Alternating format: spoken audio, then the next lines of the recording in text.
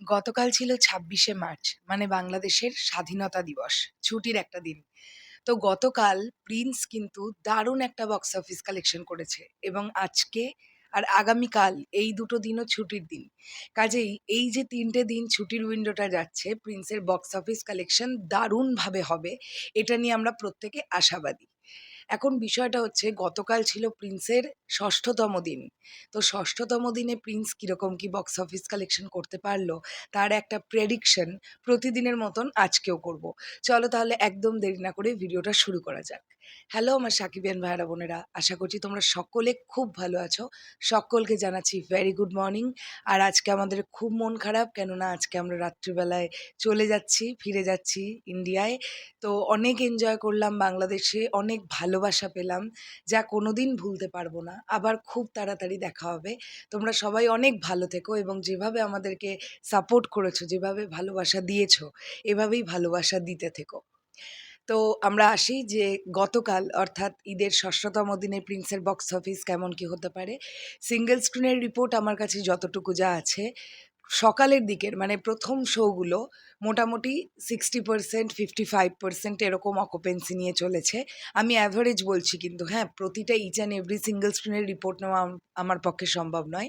তবুও যে কটা আমি নিতে পেরেছি সেখান থেকে বলছি। দুপুরবেলার শোগুলো মানে ধরে নাও যেটা ১২টা থেকে শুরু, সেখানে মোটামুটি ওই 60% মতন অকুপেন্সি দেখা গেছে। ৩টের সময়ের শোটা থেকে কিন্তু ভিড় হওয়া শুরু হয়েছে। ৩টের শোতে মোটামুটি 75-80% করে অকুপেন্সি গেছে এবং তার পরবর্তীতে সন্ধেবেলা ৬টার শোটাতেও দারুণ রেসপন্স দেখতে পাওয়া গেছে বলে জানতে পারা যাচ্ছে। 80%, 82%, 85% অকুপেন্সিও গেছে। কোনো সিনেমা হলে 90-95% অকুপেন্সিও গেছে। তো গতকালের ডেটেও কিন্তু সিঙ্গল স্ক্রিনের পারফরম্যান্স বেশ ভালো 'প্রিন্সের'। এছাড়াও যদি আমরা বিভিন্ন মাল্টিপ্লেক্সগুলোর কথা বলি, তো লায়ন সিনেমাস বলি, ব্লকবাস্টার সিনেমাস বলি, সেগুলোতে তো 'প্রিন্স' চলছিলই। স্টার সিনেপ্লেক্সে আমি যদি ভুল না করি গতকাল মোট বিভিন্ন শাখাগুলো মিলিয়ে ১০টা শো চলেছে। ১১টা শো অ্যাকচুয়ালি হওয়ার কথা ছিল। তার মধ্যে আমরা সবাই জানি যে সীমান্ত সম্ভার ধানমন্ডির দুপুর ১টা ৫০ এর শোটায় এসি খারাপ, তাদের বক্তব্য অনুযায়ী, যে কারণের জন্যে অডিয়েন্সকে টাকা আবার হাউসফুল শো এর টাকা তারা ফেরত দিয়ে দিয়েছে।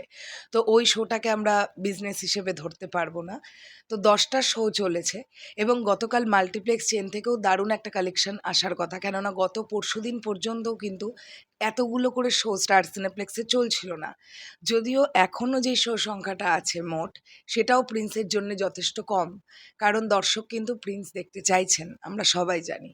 তো যাই হোক, আমার ধারণা যে গতকালের ডেটেও কিন্তু প্রিন্স মাল্টিপ্লেক্স থেকে একটা ভালো কালেকশন করেছে। আমার প্রেডিকশন, আমি আবারও বলছি, এটা আমার প্রেডিকশন, মোটামুটি ২২ থেকে ২৩ লাখ টাকার একটা কালেকশন কিন্তু গতকাল প্রিন্সের মাল্টিপ্লেক্স চেন থেকে হয়েছে।